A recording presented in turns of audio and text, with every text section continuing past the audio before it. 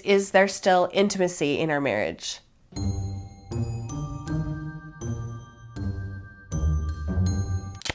So let's talk about sex. Finally. Honestly, it seems like that's what everybody wants to talk about. You guys just keep asking the same question. Like, there's two things that people assume. One is that I'm going to go run off to the circus with a man. That's really what I want. To the circus. Yeah. And the second one is that Amanda really just wants a man and that she's just going along for the ride for some reason. People are assuming that we both just really want a man. Basically. It's kind of a misogynistic assumption if you think about it. But it's also the assumption of what's like normal, right? So there's been pretty much 3 questions that everyone asks us. So we're going to try to answer all those in this video for you. So the first question is, are we sexually compatible still, right? Mm-hmm. What would you say? Are we? You're going to make me answer first. Yeah, definitely. Yeah. I think it's different for you because I'm the one that changed the outward appearance, right? But for me, it was like, that was never a question in my mind. So my biggest concern was that if we're to go down this path, is that you would not be attracted to me. But what people don't see behind the scenes is that, like, this wasn't just something we jumped into. Like, there was a lot of preparation, a lot of conversations before we decided to go forward with the social transition. Yeah. And so for me, it was like, it was pretty easy, but I would imagine for you, it was probably more complicated because there's a lot of visualizing you had to do and probably some deep deconstructing on your sexuality. Yeah, definitely there was. I think that going through this experience, it's just showed me like all the layers that go into compatibility. And people talk about that a lot, right? All the different kinds of attraction, but I'd never really stopped to think about it. But there's sexual attraction, and then there's also emotional attraction, romantic attraction, intellectual attraction, physical attraction, just like wanting to be near somebody. And those things all kind of go together to create compatibility. So yeah, I think it's made me fully appreciate all the nuance in that. Mm-hmm. And I will say, I do not think it's at all unique to us, but a lot of times folks who are in more traditional relationships, I think there's just like a lot of curiosity because I think it's almost like an objectification or something because people want to know about sexual practices. Like people go to that straight away. Where of course straight couples have all different types of proclivities and things that they're interested in too, but people get like really fixated on that with queer couples, like how everything works. And I think what it comes down to is every couple, straight or queer, has specific preferences, and it's not really specific to the queer community. Yeah, so to answer that first question, absolutely. I feel like that's enhanced, like since you've transitioned by being yourself more. Yeah, I do. It's funny is I feel like it's hard to explain to people, but it's like understanding that your gender identity and your sexuality are 2 different things. We don't often, I think most people don't often think about like, you know, when they're attracted to someone, they're not thinking about their gender. But for me, it was like always this incongruence of like, I'm attracted to women, I'm attracted to you, but I never felt like attracted to you in maybe the male way, if that makes any sense. Like it's just like I didn't feel comfortable in my own body. Not that that like ever stopped me from like feeling that connection towards you, but it was just always a little bit of like a incongruence in my mind that I had a hard time working through. So that was learning and understanding this aspect of me was like huge. So yeah, to answer your question, I feel a lot more connected to you because I feel more connected with me. Another question people ask us a lot of the time, people don't so often, they ask if you're attracted to men, but they don't like ask your sexual orientation. Mm-hmm. But I get that question a lot. So our sexual orientations, you've described that you're attracted to women. So you would identify as lesbian, or how would you identify? Yeah, I know I'm attracted to women. But what's funny about it too is it's like, I think going through this experience, like I think for a lot of people, to question their sexuality, you have to look at everything.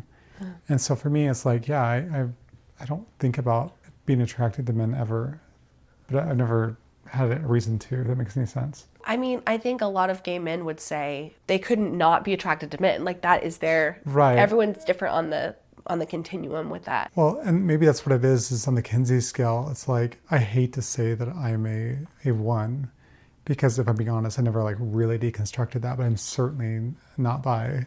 I don't know, like you're my person and like, I just don't I don't dwell on that. If that makes any sense. Like, Yeah, well, I think that's where the Kinsey scale, a lot of people feel like it can be reductive because it's just a 5-point scale where a lot of people feel like there's so much nuance in between. For the same reason, sometimes the labels don't seem quite right because most people that I know who are bisexual, they knew they were bisexual like growing up. Like that's part of their like coming of age experience, where I would say I experienced myself as being attracted to men growing up, but looking at compatibility in a much more nuanced way now is like I'll look back and go, no, I was always attracted to women, but like I felt like society told me in order to be safe and adored that you have to have a man for that. And I totally bought into that, even though I thought obviously women were gorgeous. I liked being physically close to them.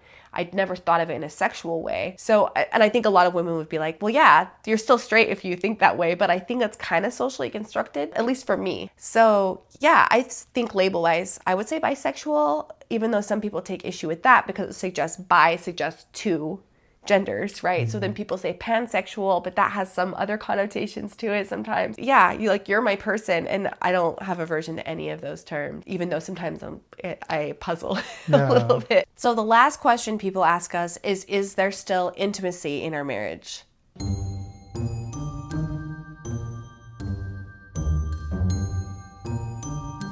And yes, absolutely there is. yeah, there definitely is. We just had sex last night. Stop. Yes, intimacy is very much still part of our lives, and it's obviously changed in ways just because of hormones. In many ways, I feel closer to you because I feel like there's more of an emotional element that was kind of thwarted because of testosterone. It's where I don't feel like there's any distance there, and I can just be me. So. Yeah. And I think it's caused me to think too, like, I think most couples who are together for a long time, like they see differences over time, right? They might experience intimacy different over time as they age and maybe their preferences change over time too. So just keeping an open mind about things that I always had like a very set idea of before, I guess. But that connection and love and support for each other is what really matters, at least to me. It's so hard to explain like what it feels like to show up in a relationship fully as you and how that affects all aspects of your life.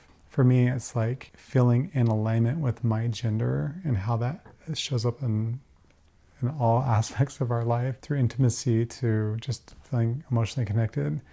I feel like it's such a bizarre experience to describe unless you've been there. I don't know, so. I completely agree. Bizarre is a good word for it, though that's maybe sounds a little bit more negative than it feels, but surreal. Sometimes it's surreal to think about like the past versions of myself and how she would have reacted. She would have been like, what is going on?